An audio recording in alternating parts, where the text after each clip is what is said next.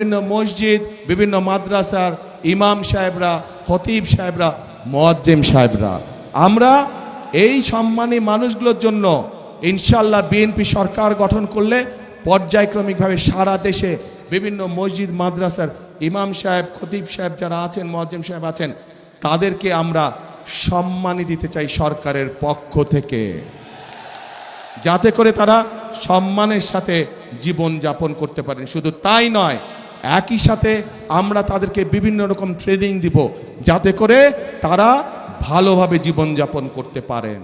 এই পরিকল্পনা ভালো লেগেছে আপনাদের কাছে? ইনশাআল্লাহ। তো এখন ভাই বোনেরা, 12 তারিখে তো আপনারা কি করবেন? হ্যাঁ, ধানের শীষে ভোট দিবেন। যাবেনটা কখন? ভোট দিতে কয়টার সময় যাবেন? দুপুর 12টায়? ও, দুপুর 11টায়? সকাল 9টায়? তো কখন?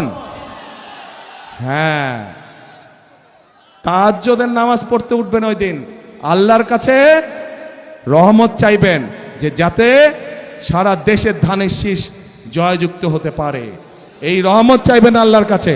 তারপরে এলাকার মানুষকে সাথে নিয়ে আপনি মুসলমান হলে তাহাজ্জুদ পড়বেন, আপনার অন্য ধর্মের ভাই বোন যারা আছে তাহাজ্জুদ পড়ে বের হবেন, তাদেরকে সাথে নিয়ে যাবেন, গিয়ে তারা তাদের ধর্মীয় আচার অনুষ্ঠান ভোরবেলায় যেটা থাকে সেটা তারা করবে।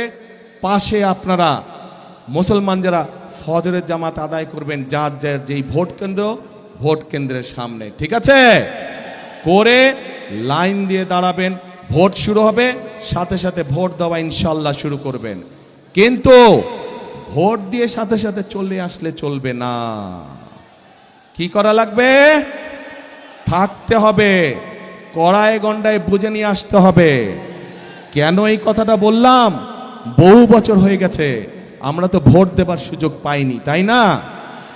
যেহেতু আমরা ভোট দেবার সুযোগ পাইনি, এর আগে আমাদের ভোট বিভিন্ন জন বিভিন্নভাবে লুটপাট করে নিয়ে গিয়েছে। এবার সেই জন্য আমাদেরকে সজাগ থাকতে হবে, যাতে কেউ আমাদের ভোট লুটপাট করে নিয়ে যেতে না পারে। পারবেন তো পাহারা দিয়ে সতর্ক থাকতে? ইনশাআল্লাহ। তাহলে প্রিয় ভাই বোনেরা, আরেকটি গুরুত্বপূর্ণ কথা, 1971 সালে যুদ্ধ হয়েছিল।